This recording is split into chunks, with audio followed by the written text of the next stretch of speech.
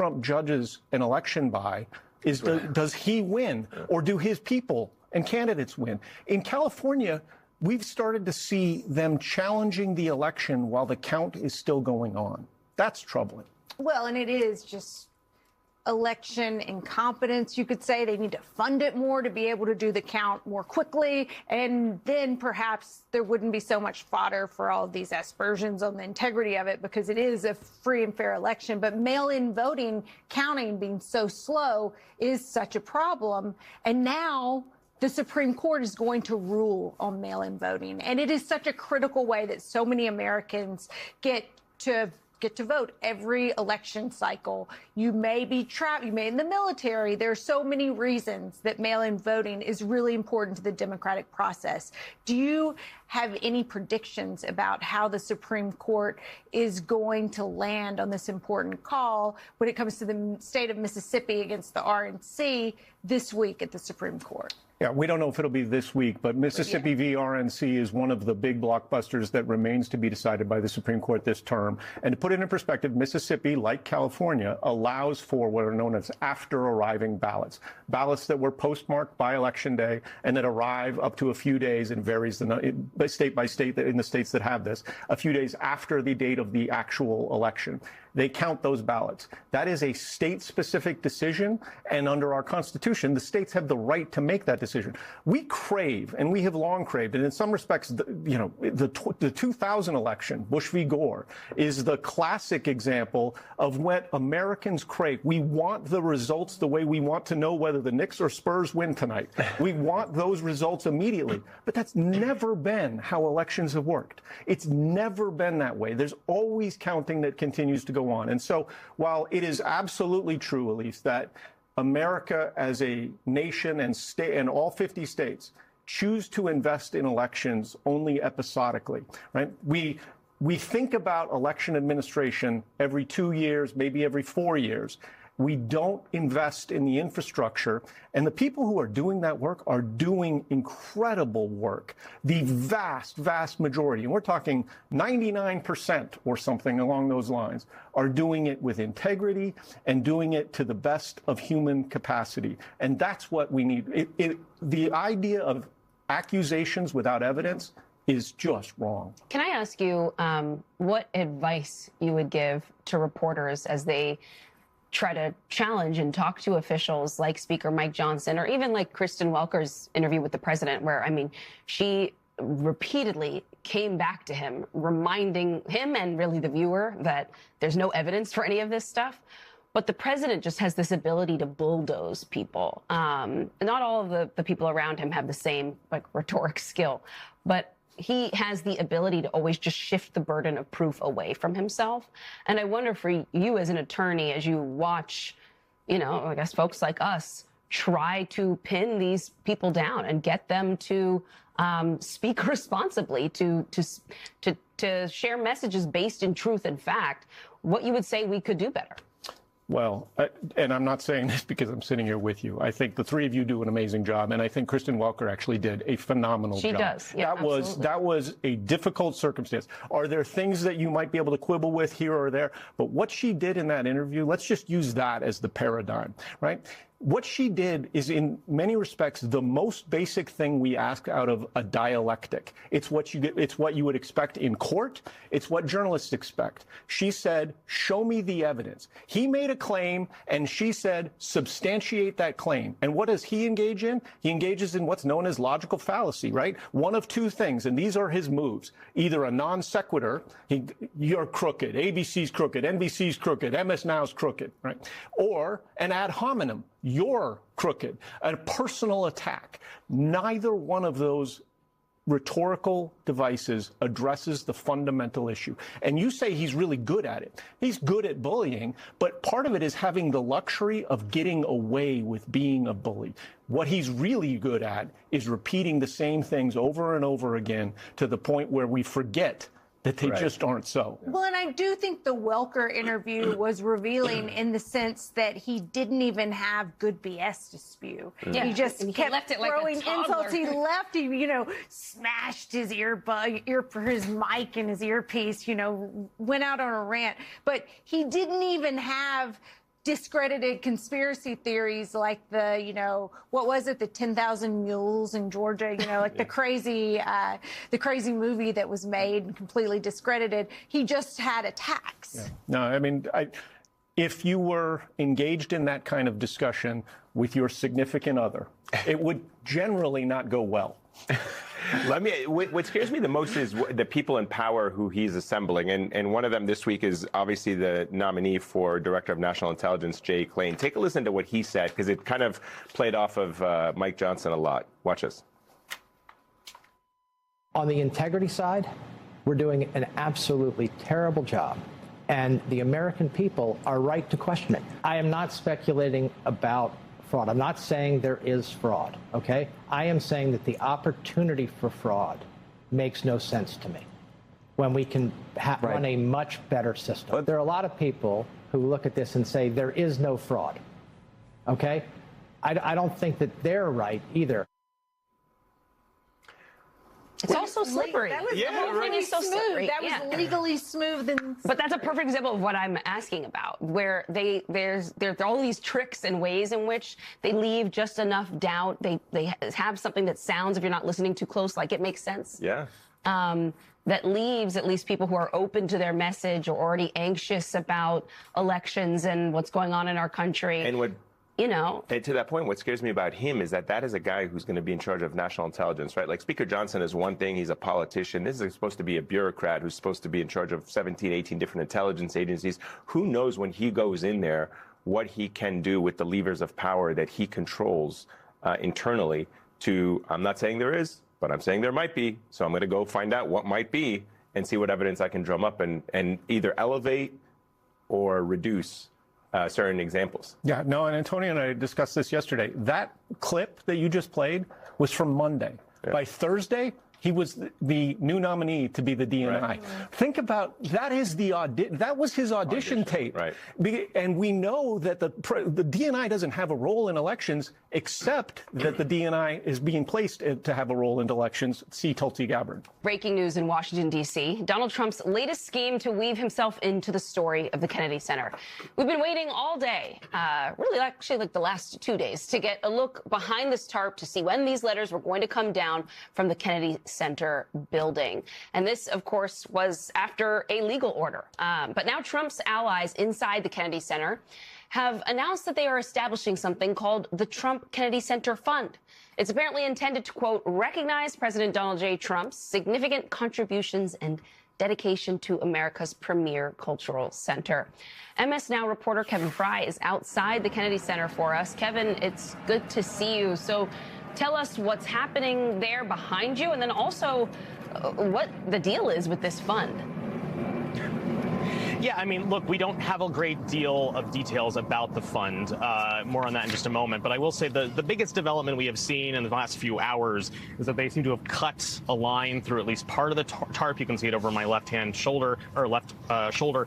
It's not clear what exactly this means. Are they about to take it down? Are they just, creating an opening to remove some of the materials? We know workers are behind that tarp. We've heard the clanging as they've been doing something with the scaffolding. But I have been approached by, I could not count the number of folks since I've been standing here who are asking, when is it coming down? That is the perpetual question. I did speak to another gentleman just a few moments ago who was heading in for the symphony concert tonight, which just started a few moments ago. It's apparently the last one of their season.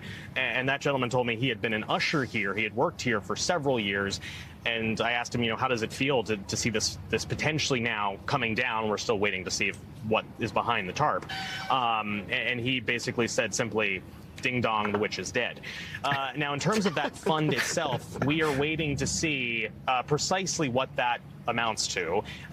There is a suggestion that this could perhaps be used for maybe future work here at the Kennedy Center, whether it be on renovations or for future perhaps artistic ventures, but we just simply do not know. Kevin Fry, thank you so much for your reporting. Let us know if you see more activity back there.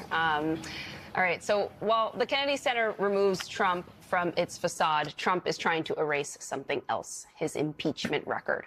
The Wall Street Journal reports, according to people familiar with the matter, the president and his allies are now working on a plan to erase his 2 impeachments from history, moving to expunge them from the record altogether. Trump told the Journal over the phone this week, quote, "It should be done because I did nothing wrong. It was a rigged deal. It was a whole rigged situation." James Sample is back with us. And I'm not even really sure I need to ask you a question because this sounds What does that sort of even familiar. mean? What does that mean? Rigged situation over here, over there. Everything is rigged. There is no mechanism to unring an impeachment, just as you cannot unring a bell. In that particular Wall Street Journal piece, my friend, professor at University of North Carolina School of Law, Mike Gerhardt, called it absurd. And I think that's actually generous. That's a euphemism for what this is. It's a thing that happened in history. And maybe he could also undo January 6th while he's at it if he's going to undo his impeachment. Right. Well, and there he's had some success in erasing, convictions. Rewriting the narrative. Rewriting the narrative, rewriting. So it's all part and parcel. And look, it's actually consistent with the report you just came off of from Kevin Fry there, right? In a sense, just looking at that TARP, right? The TARP is opaque. You know what's interesting about that opaque TARP is it is so transparently there to hide what's really happening so that we don't get that visual of the actual letters being physically removed. Yeah, because he definitely didn't have a problem when the letters were going up, and he doesn't have a problem when the name is going up somewhere, but he certainly has a problem when the name is being taken down. But on the impeachment issue for a second, I wonder how much of this is, again, Donald Trump not just trying to recast and rewrite history in the narrative, but prepare for something in the future. And I think the one outstanding question that I think I wonder if, folks like you are even contemplating as to whether or not Donald Trump tries to pardon himself before he leaves office, right? And I think, there's no doubt he's going to do it to his family, I suspect. When you see this IRS deal that he cut where he is trying to kind of immunize himself from being audited in the future, his family, his businesses, why not take it a step further and try to pardon himself and his family? I'd be surprised if he doesn't try that, but I think that you're absolutely spot on in pointing to the IRS immunity deal. I think I understand, and I don't think it's a mistake by any stretch, why so much attention has been paid to the slush fund, right, to the anti-weaponization fund. Let's be clear. The real prize from his perspective was that audit immunity deal, and it is, at least on a relative level, flying under the radar.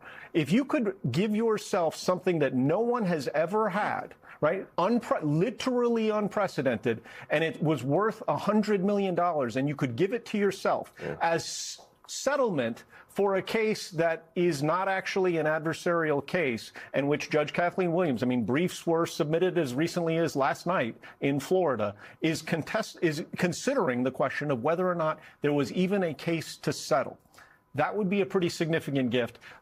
We don't have precedent on point as to whether self-pardons are a legitimate mechanism. I suspect the Supreme Court would say it's a political question and they wouldn't touch it. Well, and why would he even need a self-pardon if he has presidential immunity? Would he need it? He has changed the law in numerous ways, including in 2024 in Trump v. United States, when the Supreme Court gave the president an immunity that was never before recognized. You're absolutely right, Elise. So as we, this whole weekend sort of kicks off the America 250 theme and the celebrations leading up to July 4th, the nation's birthday. You're a constitutional law expert. What do you think our founders would think, if they were to be dropped down and be able to visit Washington, D.C. and get caught up in what's been going on in the country right now on its 250th birthday? What do you imagine would be going through their minds? Well, the founders were flawed. Sometimes I think we make the mistake of romanticizing them as perfect people. They were flawed just as we all are. But I think that my assessment of where we are at age 250 is that there are real reasons for concern, but that the situation is not hopeless. And the examples that I would point to for hope are the kinds of things we've seen even in just the last year and a half. The people freezing in the cold in Minnesota who didn't complain for an instant about being out there. That's the kind of America that we can be. And I think that's the kind of America that, frankly, we need to be if we're going to make it another 250.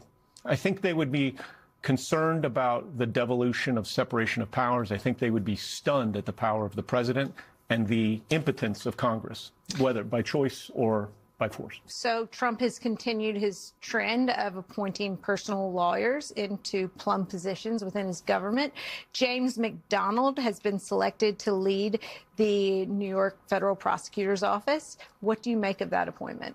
Well, I mean, I think the president has the right to appoint, to nominate the people that he wants to nominate. I think that it is up to the Senate under our system to take Senate-confirmed positions and subject them to the scrutiny of a confirmation process that is meaningful. If that happens, and if the Senate takes that role seriously, then that's the system of government that we have. Then that's elections running their course. Is it concerning that that loyalty is the ultimate credential? Absolutely. Yeah, and you're seeing that more and more in all these positions, not just Todd Blanche, but, whether it's Todd Blanche or Jay Clayton or James McDonald, it just seems like it's never ending with this guy. Well, and the question of will the Senate confirmation be a real rigorous, I mean, that's a real question. I mean, it has started to feel in recent years like those things have become theater, where you kind of know the deal's already done and you're just watching a show. It's probably one of the examples that you were alluding to, if the founding fathers were to come back, to see the Senate completely abdicate its role in oversight and in the confirmation process, because now it's all about herding the Republicans into rubber stamping whatever nominee Donald Trump is for. Going viral on Twitter for a day. Yeah. Maybe there's some fault lines now. I mean, the constitutional language is advice and consent of the Senate. And we're getting judges confirmed on a daily basis almost who refuse to say who won the 2020 election. So what concerns you when you kind of look at the 250 mark? You said there's hope, there's cause for hope, but also cause for concern, and not all is hopeless. Well, we have a powerful executive branch right now. And the thing about an executive branch that is as powerful as it has become, and this is really a message to the mega crowd. It's a message to the people who support Donald Trump despite the reasons not to support Donald Trump. What goes around comes around, and that is problematic when it comes to a powerful executive. A benevolent dictator is one that you happen to agree with. James Sample, thanks, James. Thank you for coming on set, as always. And coming up next, Elon Musk has become the world's first trillionaire, but we'll tell you why some analysts are skeptical of the calculation. The richest man in the world just got a whole lot richer. Elon Musk is now a trillionaire, thanks to SpaceX's shares soaring during its first day of public trading. To put that in perspective, that means Musk is richer than nearly half of the Earth's population combined. But not everyone is convinced that the math is fully adding up. The Wall Street Journal reports that some analysts can't find math that justifies SpaceX's share price, with one person calling it, quote, borderline comical. Joining us now is New York Times finance reporter Rob Copeland. So, Rob, this is a pretty big debate. You have the bulls that are fully there behind SpaceX and are going to stick with it. And then you have many, many skeptics. Can you explain what the argument is all about? Sure. So I'll tell you, first of all, he definitely is a trillionaire. You can't argue with that right now. He's a trillionaire right now as we speak. The big question with SpaceX is SpaceX, the company, actually worth right now $2.1 trillion? It loses money. It is a money-losing $2.1 trillion company.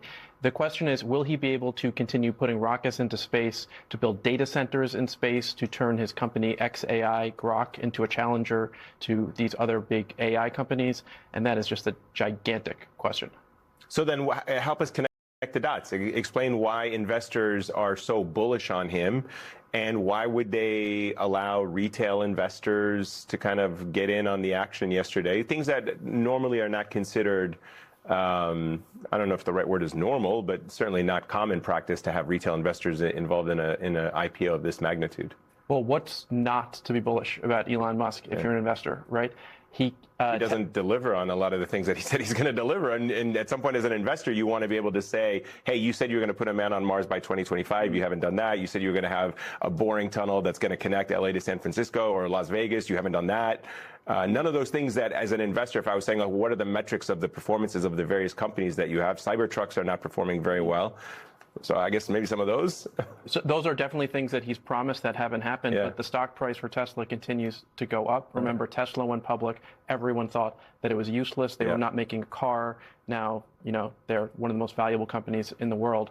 When it comes to Elon, his fans, and you're right to point out that they sold a lot of stock to regular investors, to retail investors.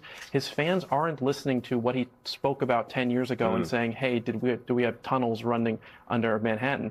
They're saying everything that he sets his mind to, he seems to accomplish beyond.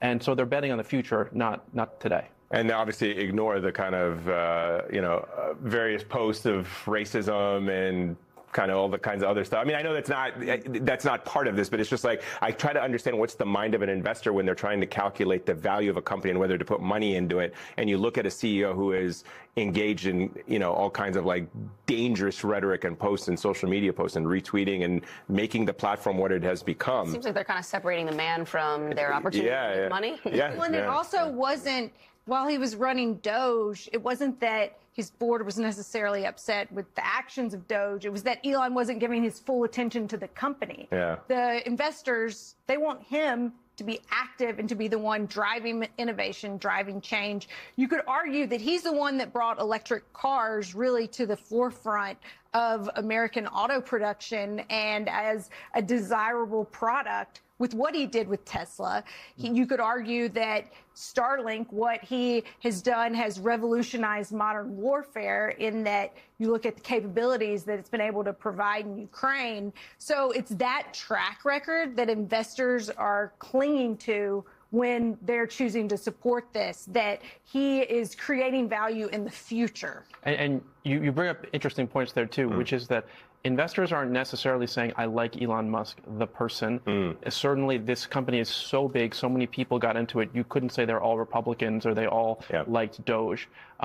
It's really dangerous in investing to let your personal politics sort of guide what you're buying and selling in the moment. And remember that Elon Musk companies did very well under the first Trump administration. They did even better under the Biden administration. They've done terrifically in the second Trump administration. So it's not as if, you can just say, there'll be a new administration in a few years and he'll be out of vogue necessarily. Has Trump commented? We're showing right now, you can see the Kennedy Center there on the screen. Everybody has been waiting now, hours and hours going by to see when we might actually be able to see with our own eyes and confirm that his name has been removed from that building. I guess we may see it happen shortly. But how does Trump feel about Elon Musk at this point? And has he commented on his trillionaire status? Well, he hasn't talked about that, but it's really interesting.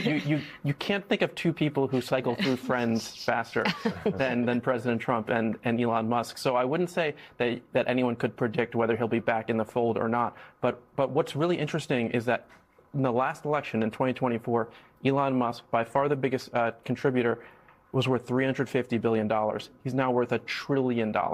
So however he decides to use that is incredible. So big picture, what are you hearing from major investors, economists about the outlook for this economy, given that so much capital in this IPO, you've got OpenAI coming up, you've got Anthropic, you've got so many AI companies that are raising so much capital. Do you think that the AI economy is teetering, or is it just at the beginning of a dynamic period of growth? So I would say no one feels good about this market. Everyone is nervous. That said, I don't talk to people who are taking money out of it. I have to be honest with you. You've got these colossal two companies that will IPO, OpenAI and Anthropic, and you have a whole host of other companies that are impacted by AI. If you're an investor, you actually do pretty well with the disruption of the economy from AI. If you're an employee, if you're someone who has a job, or if you're just honestly just an ordinary consumer, it might look very different. But to investors, this is a great time to be in the market. So how do you view Grok? Like when you were spelling out some of like the areas, and this was part of what Eamon was asking too, like a vulnerability for Musk on these fronts. Like Grok seems like I'm no AI expert. Seems like a hot mess compared to all of the other. That's my personal opinion. The best thing I could say about Grok is I don't use it, right? It's by far the number 4. What's interesting is for this IPO, SpaceX forced the major banks to buy subscriptions to Grok. And when we were speaking to the bankers, they were saying, we don't even use it. it's just a price of doing business. So that's the best thing you can say about Grok for now. So just to come back on the Anthropic and the OpenAI stuff, do you think this IPO and the way it was rolled out and the way it was done will change the calculation for Anthropic and OpenAI? And if so, what lessons learned can they take away from it, and what could they possibly apply for their own rollout?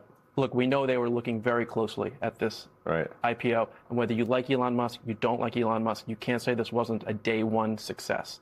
So what they're looking at now is the next 6 months. Those insiders, those people who were the early backers of SpaceX, over the next 6 months will have the opportunity to sell their shares. If they sell their shares and the stock continues to go down, that really poisons the well. Excuse me, not continues to go out. If it goes down, that would poison the well for these future IPOs. So it's really not something that has been decided, today. All right, Rob Copeland, great to have you on. Help us make sense of this all. I'm sure we'll have you on again to talk about OpenAI and Anthropic when they get... I use those ones. Talk about those. Right. Up next, one day before Donald Trump's 80th birthday, the big new questions about just how honest the White House has been regarding his health. This is the Weekend Primetime. In tonight's Primetime Focus, happy birthday, Mr. President. Donald Trump is turning 80 years old, making him only the second man to reach that age while in office. And if you ask the White House, well, the president never felt better. What part of your body was the MRI looking at? I have no idea. It was just an MRI. What part of the body? It wasn't the brain because I took a cognitive test and I aced it. I got a perfect mark, which you would be incapable of doing. If the president's in such perfect health, why does he keep going back in for checkups? I think he likes the results. He does really well. He aces the test every single day. Every single day he aces the test. This week, the Washington Post found something striking. 22 specialists have examined the President of the United States. We don't know what for, but it appears to be more than any president ever. The White House publicly disclosed 4 medical exams in under 2 years. 59% of Americans say Donald Trump lacks the mental sharpness to serve effectively, according to a recent Washington Post poll. And I am sure you have seen the many viral videos, or photos, I should say, of bruises on the president's hand, which the White House says is from shaking so many hands. I know talking about Trump's health is a fraught subject, especially after so many voters felt deceived by President Biden's apparent decline. But here's the thing. This isn't really about the president's health. It is about whether this White House would tell us the truth if something went wrong. And on that question, we know who we're dealing with. This is a president who told us that he would solve the Ukraine war on day one. He obviously didn't. The Ukraine war is now longer than World War I. This is a president who campaigned on justice for the Epstein victims, something they say he hasn't delivered on. In fact, one survivor who voted for him called his behavior a national embarrassment. This is a president who said January 6th was a, quote, day of love. It obviously wasn't. This is an administration that claims those videos of the president appearing to fall asleep, well, those are just blinks, apparently.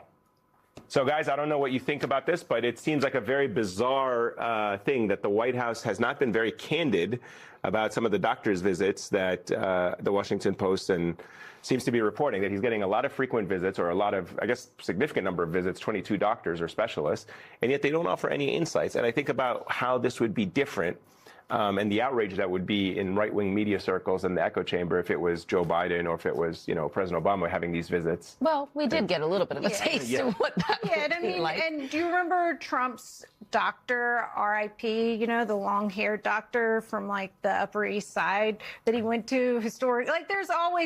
Trump has always been very shady about his health and not giving full disclosure. It really, to have 22 specialists, you have access to the best healthcare in the world. Okay, great.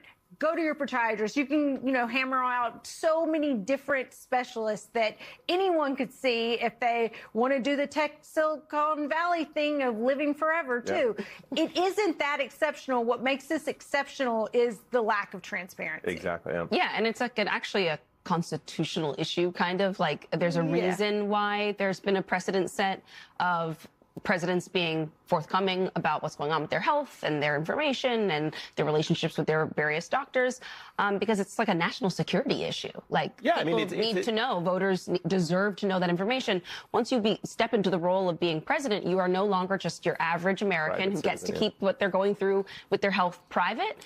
Our safety now depends on you and your health. And so we do deserve to get those answers, and reporters need to keep pushing. And there's no doubt that the job of the president is a grueling job, a physically demanding job. I mean, I remember even kind of noticing George W. Bush and just over the span of 8 years, how he aged going through that. Barack Obama as well. And even his hair completely different absolutely, color. Absolutely. And so when you kind of think about how grueling this job is, a part of, to your point, is like a lot of Americans want to know their safety is in the hands of somebody who is in good health and is capable and competent of making critical life and choice decisions, also because of the fact that it involves service members. And you want to make sure that the president's making those decisions with kind of the best mental acuity that he could possibly have. Yeah, you definitely want one of those 22 doctors to be a psychiatrist. Yeah. For sure. Talking, and you can go and talk it out. Right. It's okay. Everyone should do it. I highly recommend it. But also the other part in that clip that we played was the way he attacked that reporter, right? And I think, you know, it speaks a lot to the way Donald Trump internalizes questions about his mental health or questions about his health. I mean, she was asking him a simple question like, what was the MRI that you got? And he lashed out by flipping and saying, I don't know what it was about. It wasn't about the brain because my brain is great and I take cognitive tests all the time. And then you have Dr. Oz coming out and saying he aces it every day. And you're just kind of like, just be normal. Yeah, like, just right. be normal. It's like, fine if you just get an say, MRI. just say that you're Get getting a brain scan. That's what I'm saying. It's normal. If you have a headache and you get an MRI, which I'm sure like millions of people who've had, you know, any cause of concern go get an MRI for or whatever, it is nothing to be ashamed of, Mr. President. You can just tell the reporter what it is without attacking her and saying something that you would fail all of the time. And I take these tests and I ace them all the time. That headline just raises more. Just be normal. I have a feeling that's going to be of use over the next few days. Yeah. We're going to have to leave it there just be normal, dude. Just be normal, please.